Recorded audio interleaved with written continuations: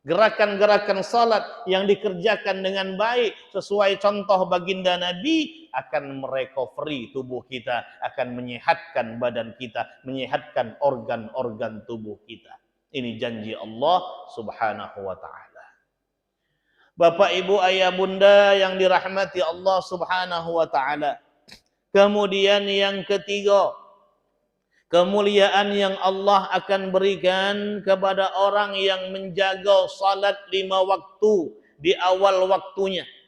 Kata baginda Nabi Muhammad sallallahu alaihi wasallam, wa tahrusuhul malaikah, dia akan dijaga oleh malaikat-malaikat Allah Subhanahu wa taala.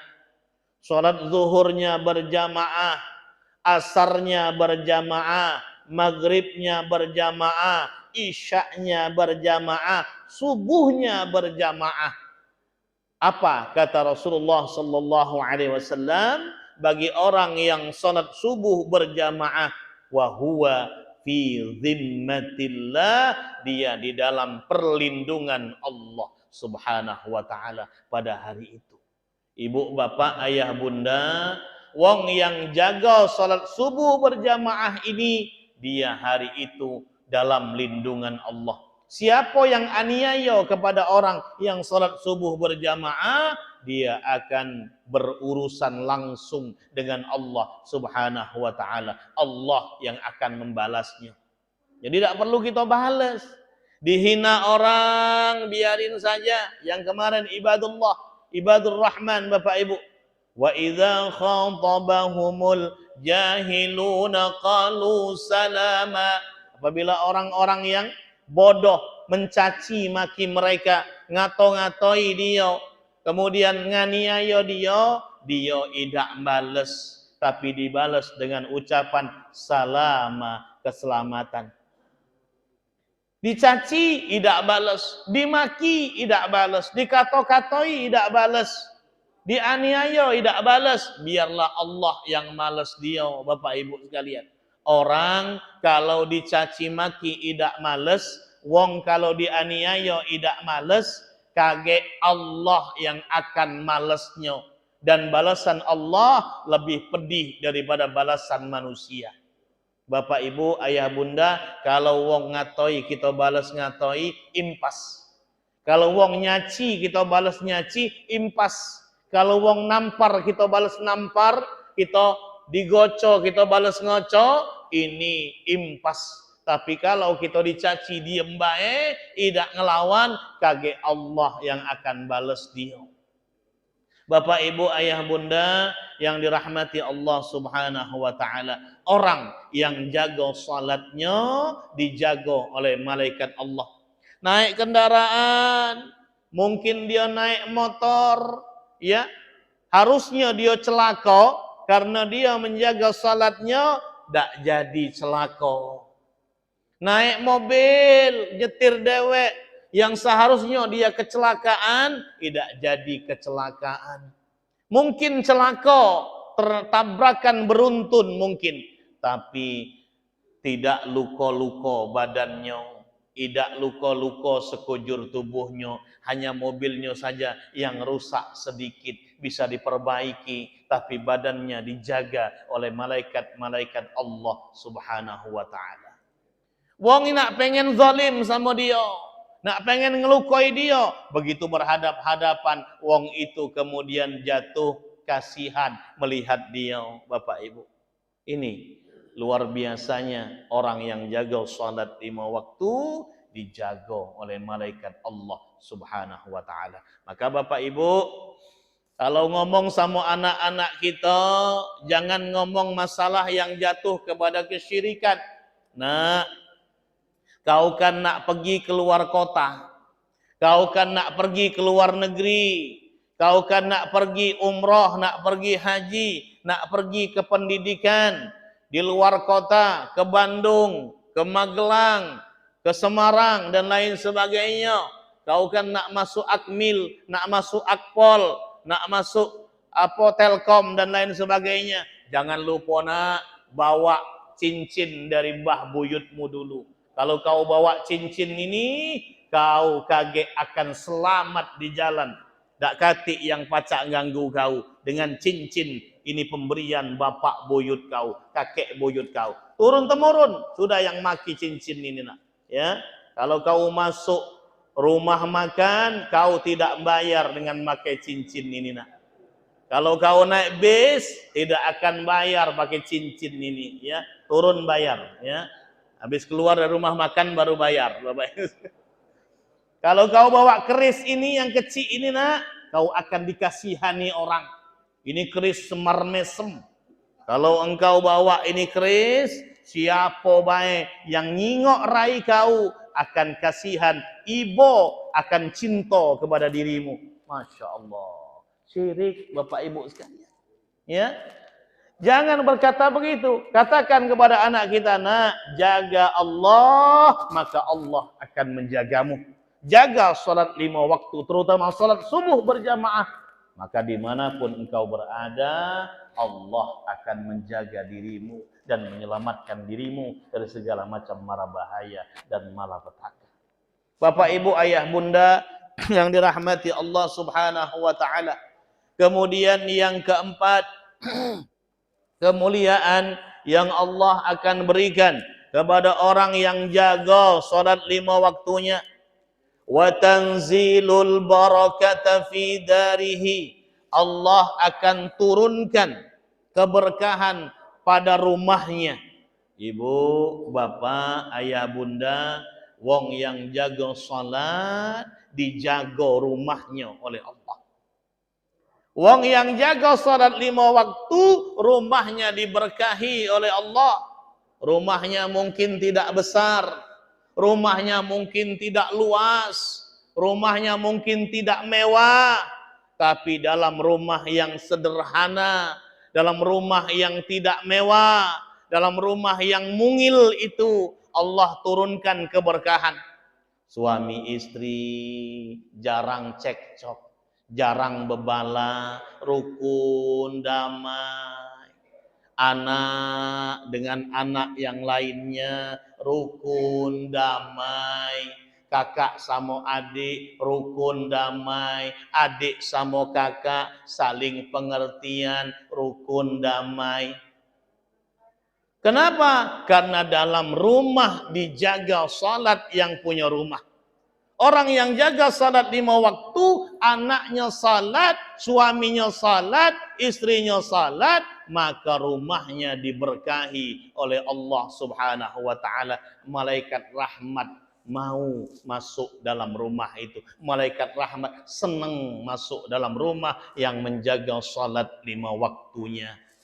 Ibu, bapak, ayah, bunda yang dirahmati Allah Subhanahu wa taala. Anak yang tidak menjaga salatnya, anak kita ini akan mendatangkan azab dari Allah Subhanahu wa taala. Maka kata Imam Ghazali, maaf ngomong Bapak Ibu sekalian, lebih baik memelihara anjing daripada memelihara anak yang tidak salat dalam rumah kita. Kalau melihara anjing hanya satu kemungkinan yang membuat kita rugi. Apa itu? Malaikat rahmat dak galak masuk dalam rumah kita.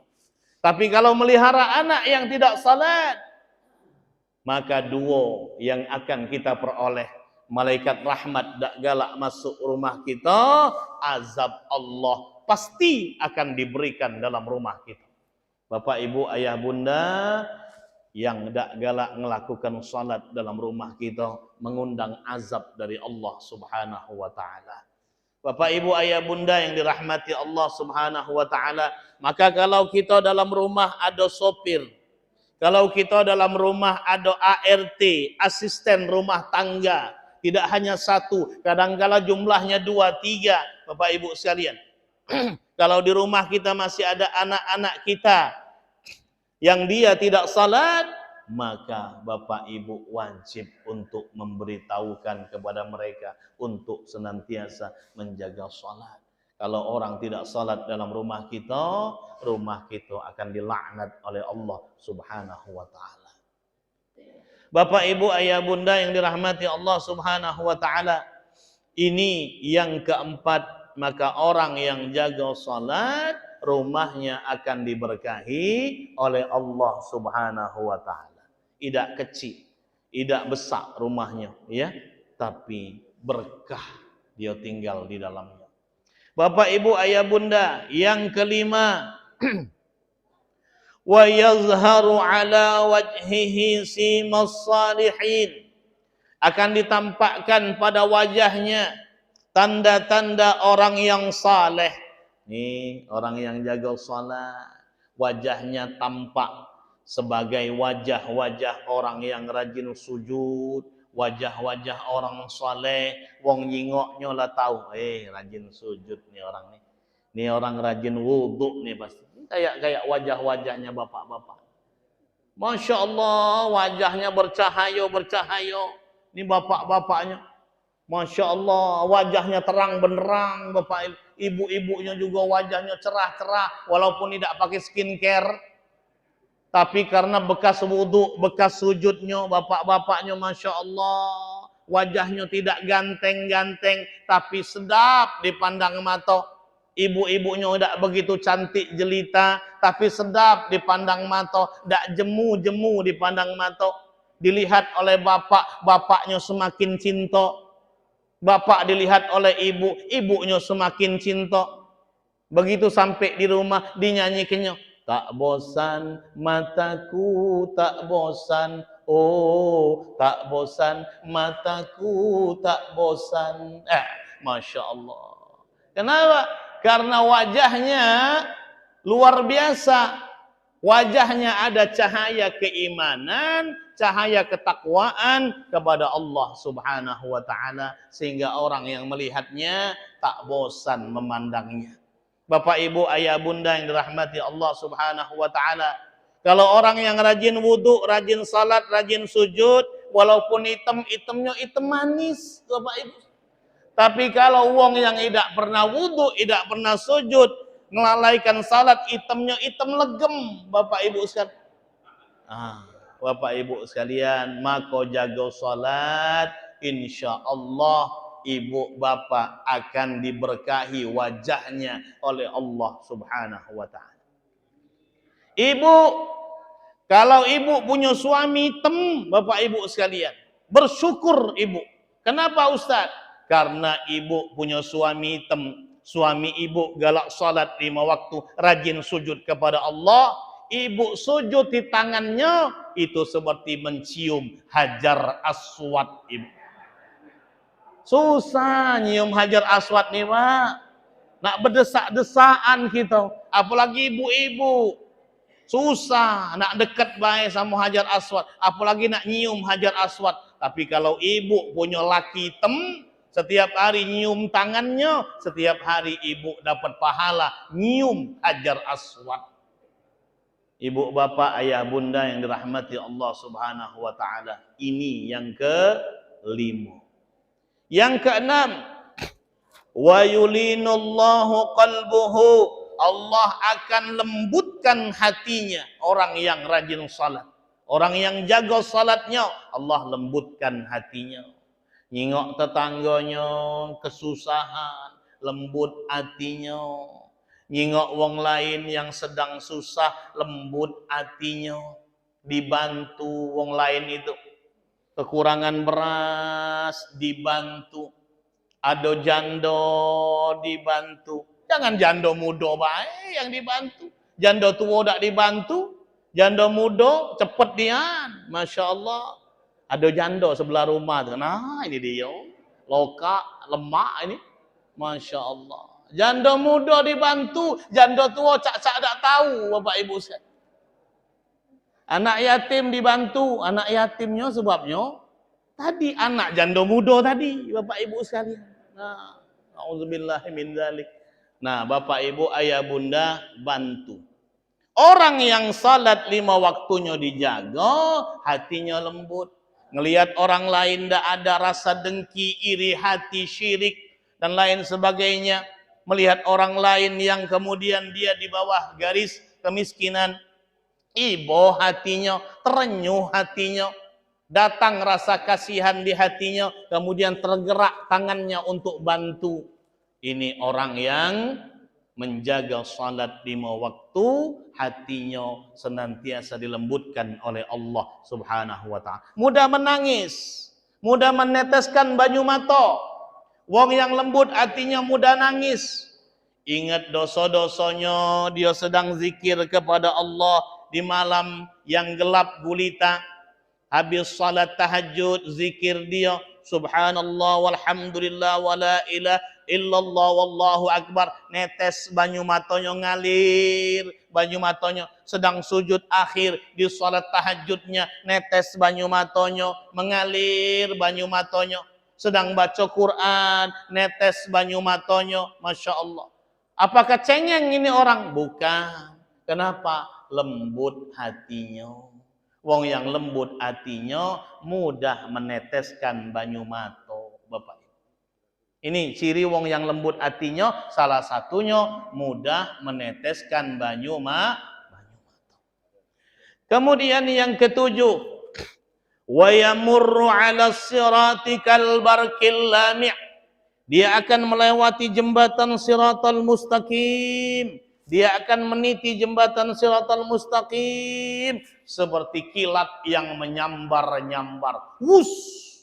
Ini seperti apa namanya? Flash. Kalau anak-anak kecil itu suka lihat film flash, Bapak Ibu sekalian, itu superhero dari Amerika, itu seperti itulah nanti kita melewati jembatan Siratal Mustaqim. Kata Imam Baihaqi dalam kitabnya, ada 7 cara orang yang akan melewati jembatan Siratal Mustaqim. Di antaranya, yang pertama, ada yang melewati jembatan itu dengan cara merangkak. Ada yang melewati dengan cara berjalan cepat. Ada yang melewatinya dengan cara berlari kencang. Ada yang melewatinya dengan terbang. Ada yang melewatinya dengan seperti orang yang berkuda, Bapak Ibu sekalian. Ada yang melewatinya seperti orang yang kilat menyambar-nyambar tadi.